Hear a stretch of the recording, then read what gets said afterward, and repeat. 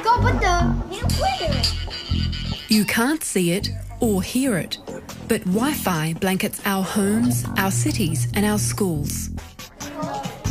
Children today are growing up in a sea of radio frequency microwave radiation that did not exist 5 years ago. Our safety agencies dispute that wireless devices like mobile phones cause harm. I don't think it's good enough to say at the moment that mobile phone use does cause cancer. Cell phones emit pulsed radiation.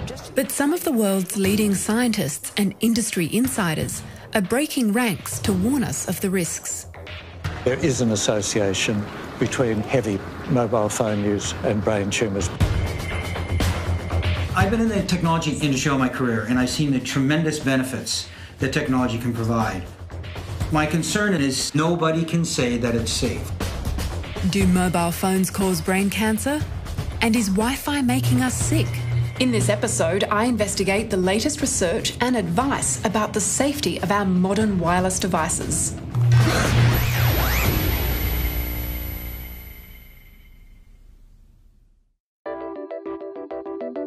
The digital revolution has transformed our lives.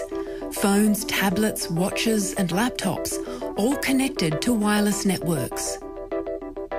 We use these devices to make calls, send texts, write emails, play music, take photos, and even watch TV. In fact, chances are you could be watching this on your wireless device right now. We've gone from the equivalent of the horse and buggy to the jet in about 10 years.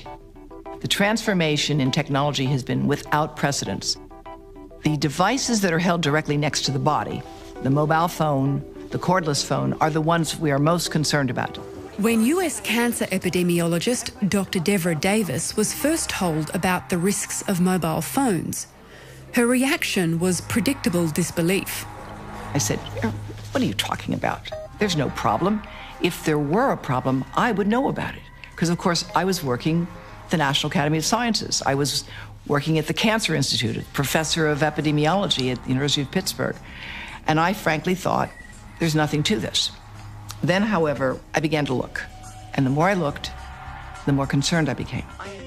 Dr. Davis has had a distinguished career as a presidential appointee for the Clinton administration and is recognised internationally for her work on environmental, health and disease prevention. She was recently in Australia holding a series of public seminars. People are assuming everything's fine until we have evidence that we're in the middle of a disaster. Today, there's over 6 billion phone subscriptions worldwide. Many of them smartphones, with apps that frequently receive and transmit electromagnetic signals. In a similar way, the human body has electromagnetic fields. Electrical currents flow through nerve fibres and muscle tissue, and external interference can disrupt those signals. Our heart and our brain are electric. We need to understand that exposing our electric body to mobile phone radiation for thousands of minutes a month, for hundreds of hours, over a lifetime, it's going to have a biological effect on you. In fact, the BlackBerry comes with a warning. It says, if you have a pacemaker implanted in your chest, keep the mobile device at least 20 centimeters away. Well, your heart is a pacemaker, whether you have a machine in it or not. So obviously you want to protect your heart and the rest of your body. Finnish radiation biologist Dr. Darius Lazinski is an internationally recognised expert in radiation safety and has been an advisor to the WHO on such matters. He says most people with a smartphone nowadays may be unwittingly breaching the safety limits of their device. Sometimes a person puts cell phone in a pocket which are connected to internet, then safety limits are being breached and this cell phone doesn't comply with safety regulation once it is put in pocket. Phones are manufactured to ensure the radiation they emit can't overheat the body and cause thermal damage. It's called the specific absorption rate. But during testing, the phone is positioned at a distance away from the model body. Therefore, when you place your smartphone in your pocket directly against your body, you may be exceeding the safety standard. In order to comply with safety standards, the cell phone has to be at some distance from body. So it's fair to say that sometimes people would be breaching the safety standard of their mobile phones every day. Yes. That's quite shocking. I don't think people are aware of this information. Because nobody is talking about it, including radiation safety authorities. They simply don't mention it.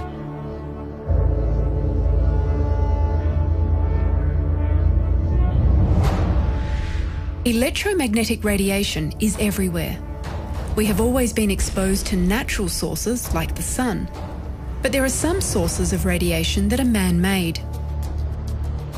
Today, with the proliferation of mobile and wireless technology and devices that emit artificial radio frequency radiation, some claim we're exposed to levels up to 1 quintillion times higher than natural background levels. The spectrum of electromagnetic radiation ranges from ionising radiation, like X-rays, which have enough energy to knock electrons out of their orbit and cause cancer, to non-ionising radiation, like microwaves, which have much less energy and considered to be safer. Mobile phones, tablets, phone towers, smart meters, baby monitors, and Wi-Fi routers are all sources of radio frequency microwave radiation. Professor Bruce Armstrong was part of an expert panel on radiation, which gathered for the International Agency for Research on Cancer, or IARC. The panel was tasked with analysing whether radio frequency radiation could cause cancer. Its decision was essentially that it possibly causes cancer. That means radio frequency radiation is now classified as a Class 2B possible human carcinogen. It was inevitably a controversial decision. What was your personal decision? I thought that IARC got it right, based on the evidence. Heavy users are defined as those who talk on a mobile 30 minutes a day for longer than 10 years. Journalists like myself, tradespeople, brokers, even teenagers would easily meet that definition these days. Yeah. So I went to ARPANSA, our federal agency responsible for protecting us from the harmful effects of radiation. I asked one of their physicists, Dr. Ken Karapidis, for his view on IARC's decision. On a personal level, I don't think it should be a 2B. Other people say it should be higher. Dr. Karapidis says there's no cause for concern. We've been doing research in this area for a very long time, and our assessment of the evidence suggests that although some studies do show effects, there is no established evidence that the low levels of radio frequency radiation from tablets and phones and Wi-Fi and what have you causes health effects. So ARPANSA's not actually saying that these devices are safe? We can only provide advice on an assessment of the evidence. We do not provide guarantees of safety. I don't think a scientist can do that.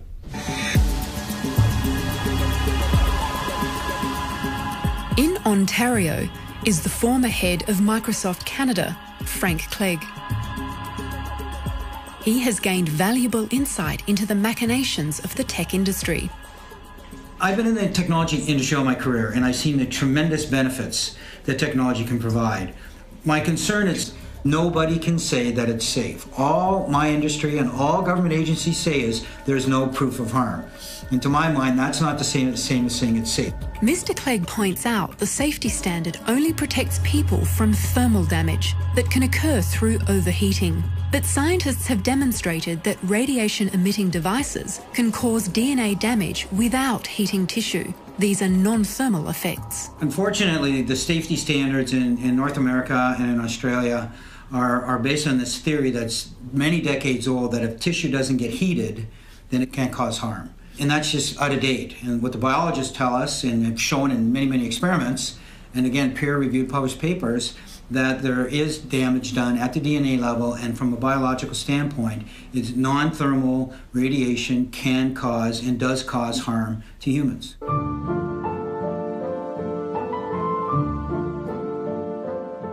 For example, there is strong evidence to suggest that mobile phones can damage sperm, as might occur when a male keeps his smartphone in his pocket.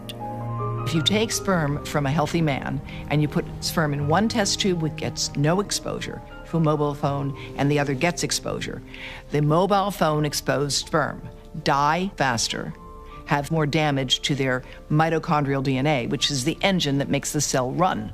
And studies around the world consistently find the heaviest cell phone users have the lowest sperm count. Those studies have not been considered recently in reviews, and there are new data emerging all the time. This bioinitiative report sets out hundreds of peer-reviewed papers confirming the biological changes caused by wireless transmitting devices, which can occur thousands of times below the safety threshold. It has been formulated by independent doctors and scientists from over 10 different countries. But our Panzer has a different view. There's certainly some studies that have shown effects on sperm, but there's many other studies that haven't. There is no consistent evidence that there's established biological effects other than rising temperature. So the evidence is really inconsistent, and it's not good enough at the moment to say that mobile phones do affect sperm. Since IARC's decision in 2011, more evidence has emerged which adds strength to their findings. The Serenat study and Hardel's study both found a link between heavy mobile phone use and rare head tumours. Those studies do suggest, rather more strongly than the body of evidence available to IARC at the time, that there is an association between heavy mobile phone use and brain tumours. These studies have sparked calls for the classification to be upgraded from 2B to 2A. My colleagues and I since then, some of whom have worked at the World Health Organization with me in the past, have just published an article saying that mobile phone radiation is a probable human carcinogen, with newer studies showing that people who begin to use cell phones regularly and heavily as teenagers have 4 to 8 times more malignant glioma, that's a brain tumor, 10 years later.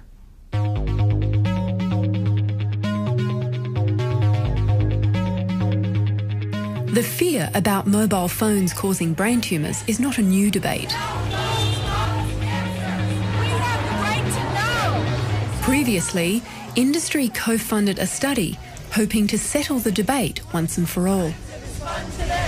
The Interphone study was carried out from 2000 to 2004. The results were supposed to be released in 2005. It took 5 years to release the results of the Interphone study, and it was not because the science wasn't clear. It was because of the intense politics that took place between members of the team, some of whom had been heavily sponsored by industry, and others of whom were more independent. The bulk of the study said the results were inconclusive. The actual findings in Technical Appendix 2 showed that there was a significantly increased risk of brain cancer in the heaviest users.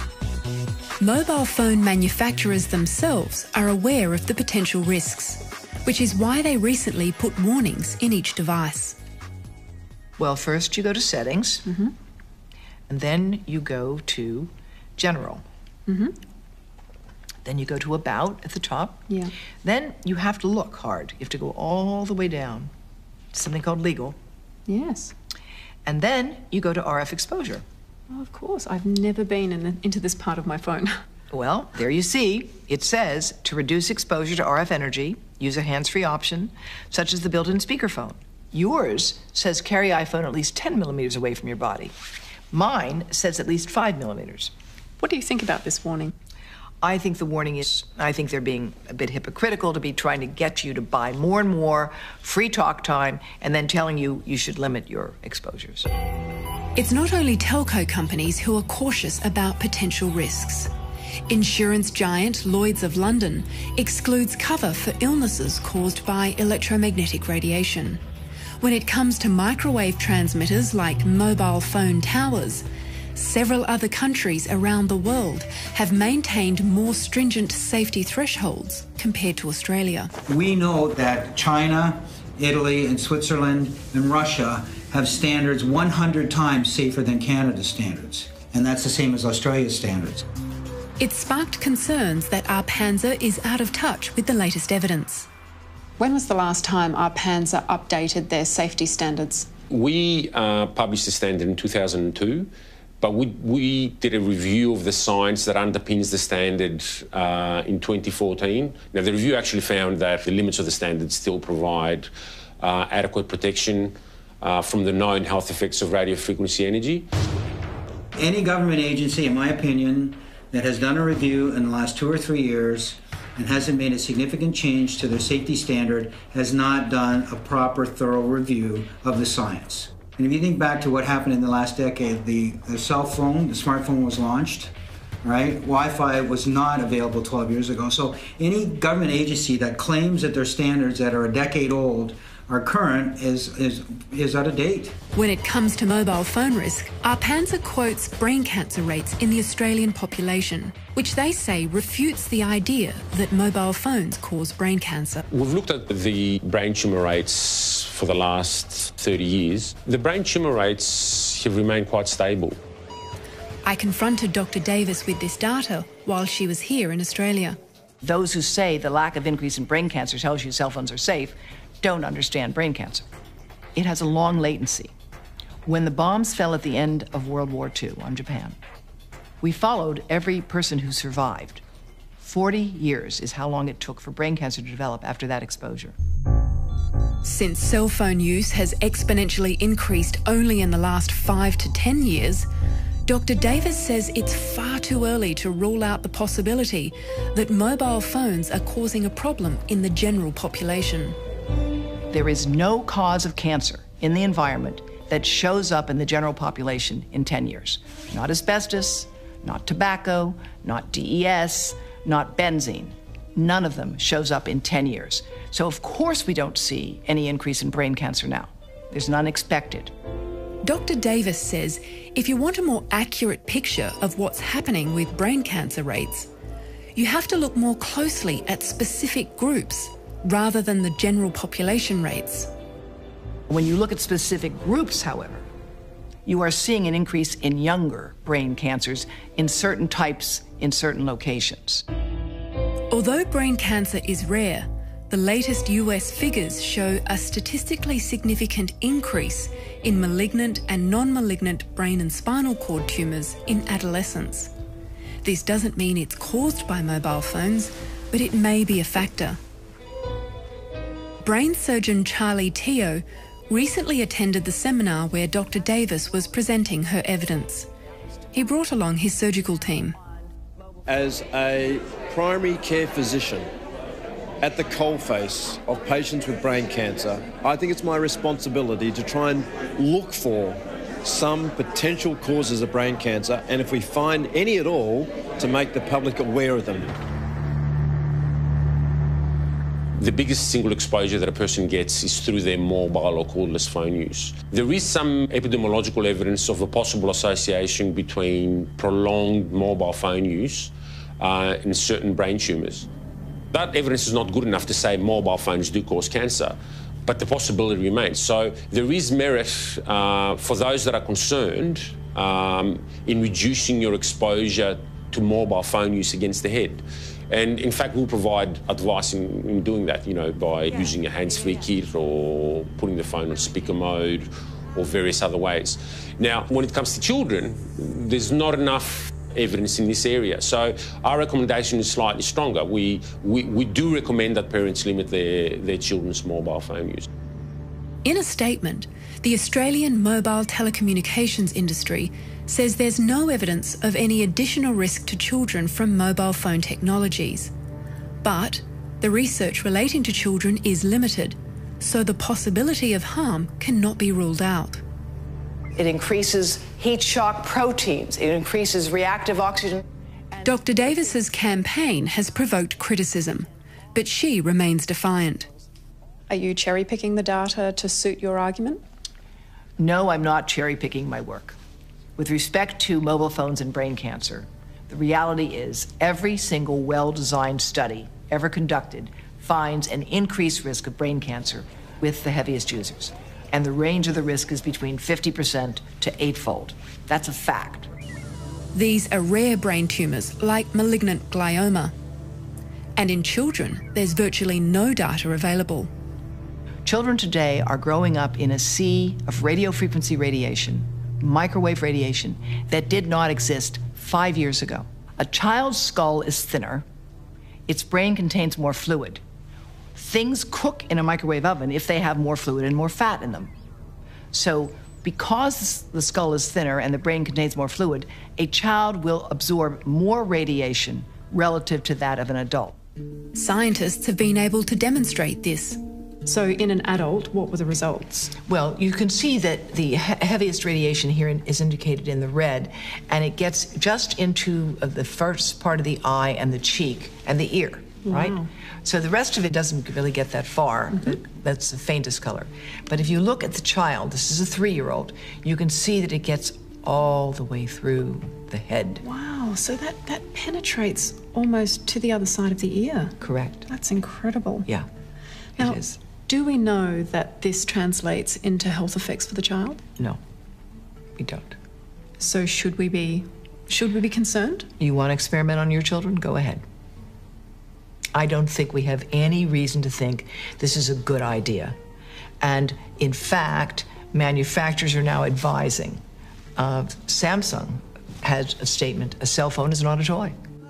When it comes to reducing risk, it's all about proximity from the device. Radiation exposure drops off exponentially with distance. Distance is your friend here. And children, of course, infants, should never be close to any of these devices. They've been tested on this big adult guy. They've never been tested for infants and toddlers. Any parent out there that gives their child a device to play with because they're driving them crazy, put it on airplane mode.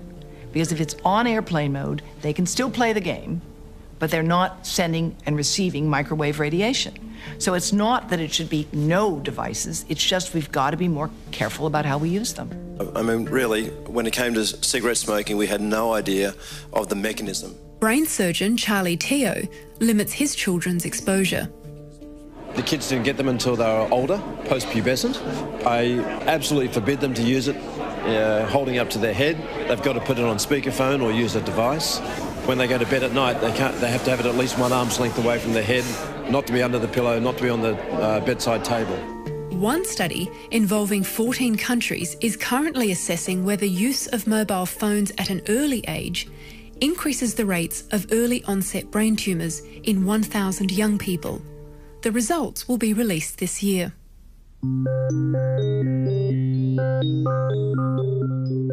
Unlike mobile phones, which can be switched off, Wi-Fi exposure is constant. This is the toolbox of the 21st century, okay? The 2008 education revolution under the Rudd government led to the rollout of Wi-Fi routers in public schools across the country. But some parents are concerned about their children's exposure to Wi-Fi in the classroom. So basically when a child starts high school, they're at school for anywhere from 4 to 6 years, and they're sitting in radio frequency, microwave radiation, the 2B possible carcinogen, and the routers are pulsing all day, every day. On top of that, you've got mobile telephones, you've got their laptops, so you've got this whole layering of radio frequency, microwave radiation that we've never been exposed to before in the past. So with regards to that layering effect, who's to say what the consequences of that will be for that child's long-term future? Unfortunately, we weren't granted access to measure the levels of Wi-Fi radiation in this school. The Department of Education didn't respond directly to our question about the risks of exposing children to Wi-Fi, but they did state that the Australian government is supporting research into the effects of electromagnetic energy on people's health. Libby says parents should not be forced to choose between educating their children and safeguarding them. It's almost a case of involuntary consent. In a world where we sign permission slips at school for absolutely everything, no parent has given their child permission to sit in the 2B possible carcinogen, but yet they're unaware that that's what they're sitting in. Earlier in my career, we were on a campaign to get technology into schools, which did include Wi-Fi. So yes, I was a proponent, and I wish I'd known then what I know now, because I hope and I believe that my message would have been different. If you can't say it's safe, then you be cautious about how you use it. The industry body acknowledges concerns about the greater vulnerability of children during development, because young people will use Wi-Fi for most of their lives, unlike this adult generation. But they also say this has already been factored in the safety threshold. While the Australian government's position on Wi-Fi remains unchanged, other countries are making changes. In France, for example, legislation was passed banning Wi-Fi in nurseries and daycare centres. The National Library of France and other libraries in Paris have removed Wi-Fi networks altogether. We do need to create digital citizens, and we want children to know how to use the internet, how to find information. That's all very important.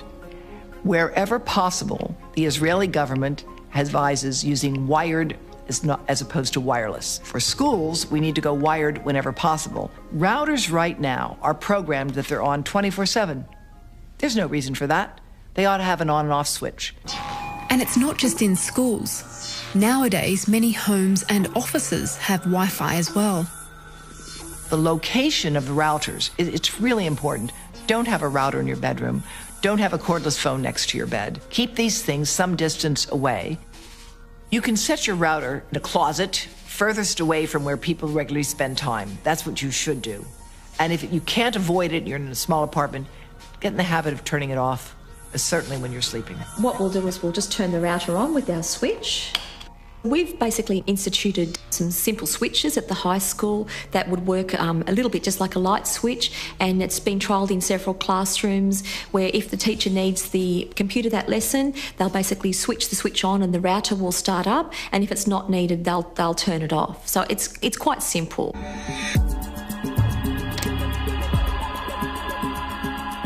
There is no doubt that consumers are confused. There are conflicting reports. There is a lot of scientific information out there. It gets some press coverage, but then it gets countered by industry. I am embarrassed to say that I believe my industry is on a campaign to bury the science and to confuse the message on the harmful effects of wireless devices.